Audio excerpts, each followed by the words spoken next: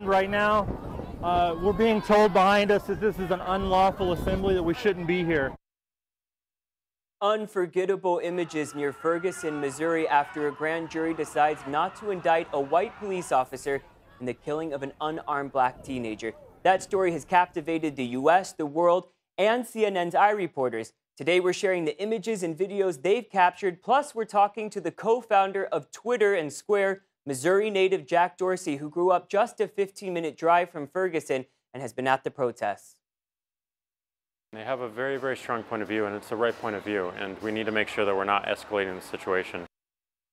We'll also see where Dorsey thinks mobile payments are headed. I'm Samuel Burke at CNN's London studios, and iReport for CNN starts right now.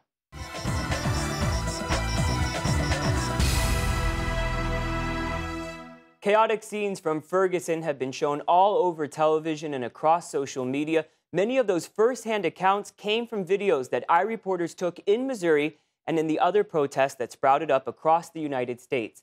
St. Louis blogger Aaron Laxton filed several iReports for us. He was in nearby St. Louis, where protesters shut down a major highway at one point.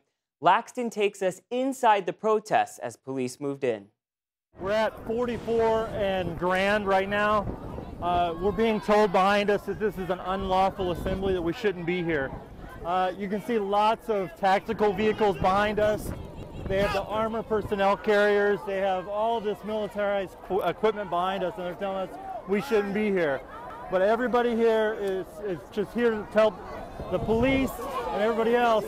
So I think they're getting ready to fire maybe something to disperse the crowd. Some people are staying up front. I'm moving back a little bit. Laxton left that scene and then witnessed some of the violence outside Ferguson City Hall. He used his smartphone's front-facing camera to show us exactly where he was at this scene. They have flipped a police car and are breaking windows. Someone has tossed a Molotov cocktail and they are burning things.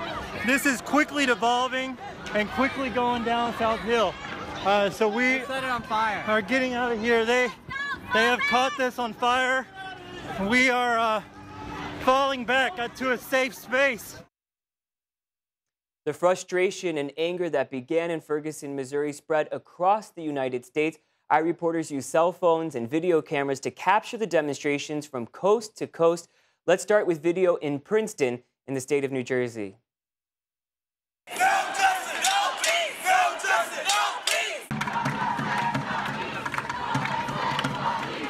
Let's shoot those unarmed people. You feeling tight, right? Laugh it off. Here in Boston, protests grew larger as the night passed on, growing into large chant circles like the one behind me.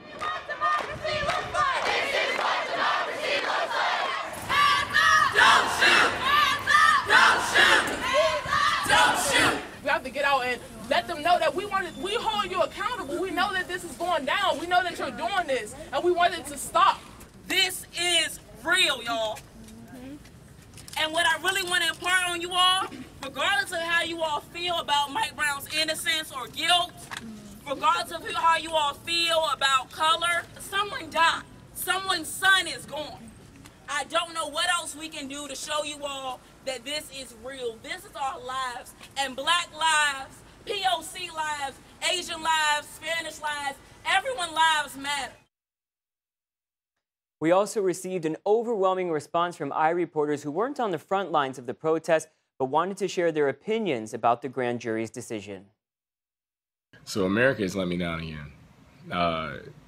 Officer Darren Wilson not being indicted for, I believe, the second-degree murder of this kid, Michael Brown, shows that we are two nations divided, black and white. You know, that's what it is, and we need to come forth and be honest with ourselves about that. Now, that's one opinion, but Vernon Hill has a very different perspective. He posted his video because he says he's tired of people, quote, wanting to destroy property of others instead of having respect and agreeing to disagree. What would you have done if you were the cop and a giant of a man was going to hurt you? If you were in fear of your life, you would have done the same thing. Protect yourself at all costs. Protest all you want, but when you break the laws to do so, be prepared to pay the price. And Ome Kongo Dibinga has participated in iReport for several years. He says Ferguson is a learning opportunity for Americans to bridge the country's division when it comes to race. It's a new day. It's a new age. I believe that this indictment, or the lack thereof, is an opportunity for us to explore ways to try to come together, as opposed to continually looking at ways to further insult the Brown family and further work towards destroying a community. We are one country. Let's build together, work to understand, use this as a teachable moment. Now, from day one, Twitter has been an outlet and diary of the protests and opinions around Michael Brown's death. Among those pushing #Ferguson is the social network's co-founder, billionaire Jack Dorsey. He grew up in neighboring St. Louis. Dorsey went to Ferguson back in August to document the gatherings and frustrations there. I met up with him here in London and asked him about Ferguson just ahead of the grand jury's decision. These are peaceful protesters. There's a lot of great people there, and they have a very strong point of view, and it's the right point of view. And we need to make sure that we're not escalating the situation by doing silly things. We'll have more of my one-on-one conversation with Jack Dorsey ahead. He'll talk to us about some big changes at Twitter and about the future of his other endeavor, mobile payment company Square, now that Apple Pay has entered the ring. We'll be right back.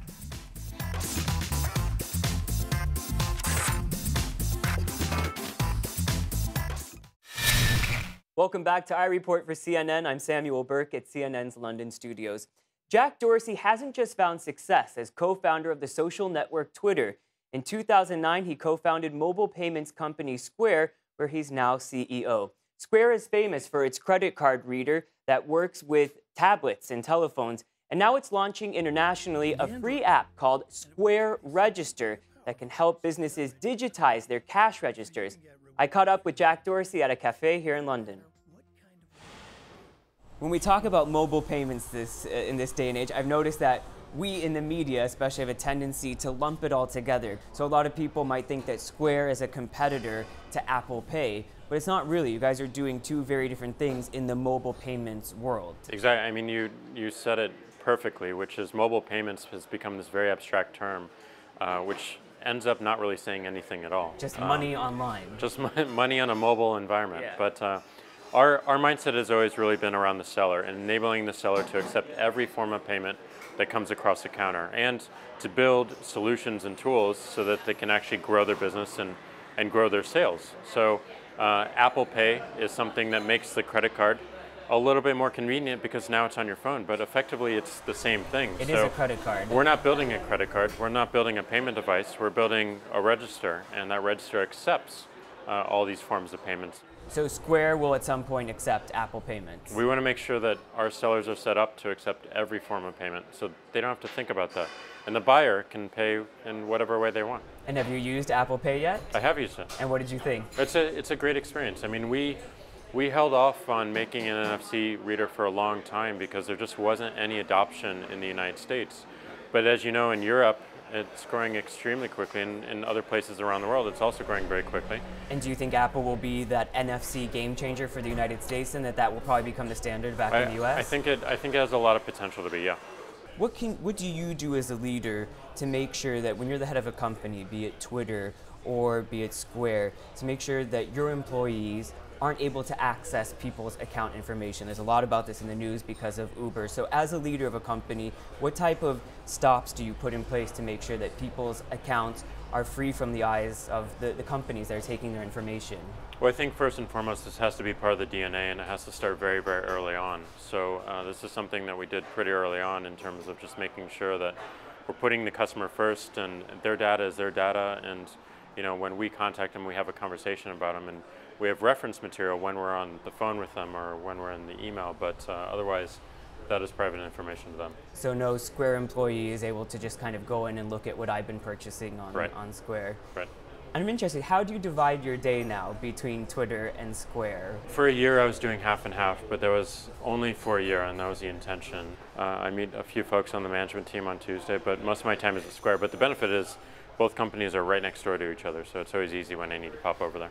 And do you see any fundamental changes in how Twitter is? People talk a lot about how the timeline could change on Twitter. There's a lot of work to be done so that when people open up the app or open up the website, they see something that really speaks to them right away. And we have to figure out what feels good and what works for people.